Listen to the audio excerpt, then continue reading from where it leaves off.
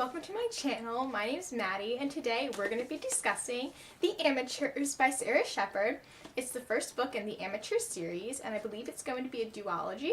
So basically this book is about Seneca Fraser, a girl who's in college and she tends to spend a lot of time on this website called Case Not Closed, and she finds a case about Helena Kelly who was killed 5 years ago and went missing, and the FBI couldn't even figure out the case and what happened to her, so it's just been left open. Seneca comes in contact with somebody named Maddie online who's also very interested in the Helena Kelly case and decides to go all the way and meet Maddie and maybe figure out what happened to Helena in her hometown of Dexby. They meet up with Madison, Aaron, and Brett, other people who are also involved in the case, Aaron being the sister of Helena, and they begin to divulge into some sleuth making as they go around town and try to discover who killed Helena. So that's pretty much it. If you don't want to be spoiled for the book, I would say pause the video here, maybe go read the book, and then come back. So bye! So as for the spoiler section of this video, I have to say that the ending really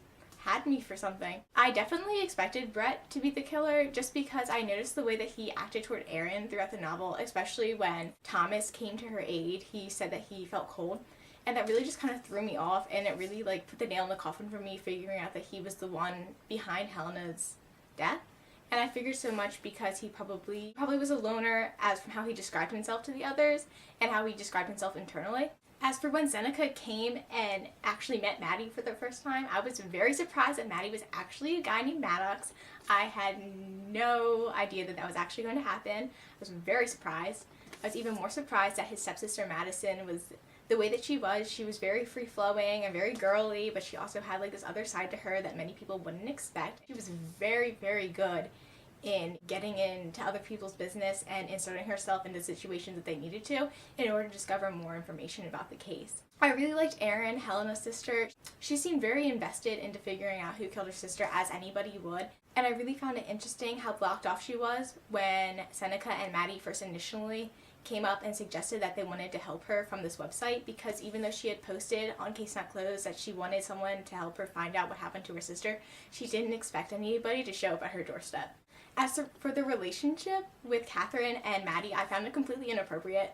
I know that in previous novels by Sara Shepard, we did have the Arya and Ezra situation in Pretty Little Liars, and as much as that is romanticized on television, the situation with Maddie and Catherine was completely out of hands, especially when she began to blackmail him, saying that she would call his college and get his scholarship revoked. I thought that was completely a use of power over him, and she really just forced him into a relationship that he clearly didn't want. I found it very interesting that when Seneca found him and Catherine in her office making out, that he immediately decided to ignore what Catherine was saying, Maddie, stay here, and he went after Seneca. I found that very heroic in a way, more so in the fact that he decided that Seneca was worth it and that he didn't care what Catherine did, that she couldn't hold his scholarship against him. So a little bit about Brett.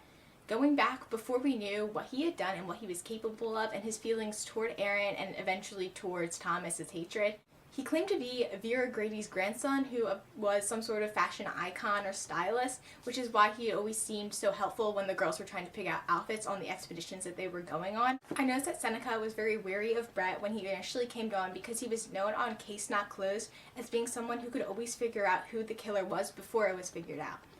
I immediately decided that he was already going to be a problem from the very beginning of the book, when Seneca mentioned that he was basically had psychic powers in figuring out who was the killer in just writing one line saying, "Oh, the mom did it." So I was already on my toes about him when he came in.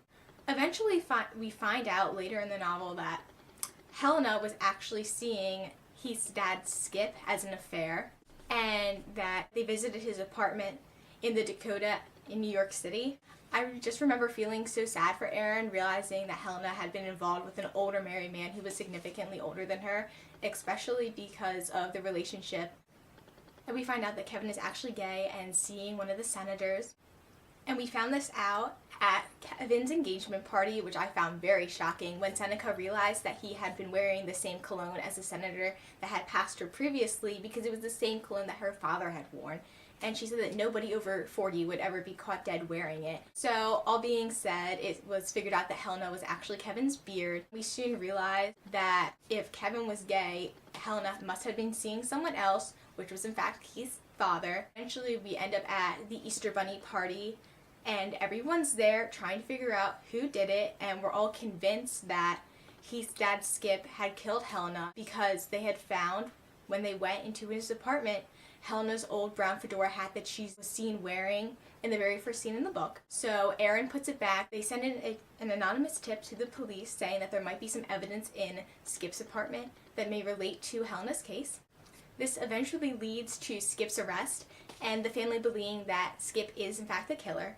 But at the Easter Bunny party, we find that it is in fact Marissa, Skip's wife, who had found Helena's body in the apartment and cleaned it up and buried her where the police had found her 5 years later. Marissa was very upset with Skip because she did this huge, I don't want to say favor, but basically a favor in burying Helena's body for that Skip wouldn't be convicted for her death.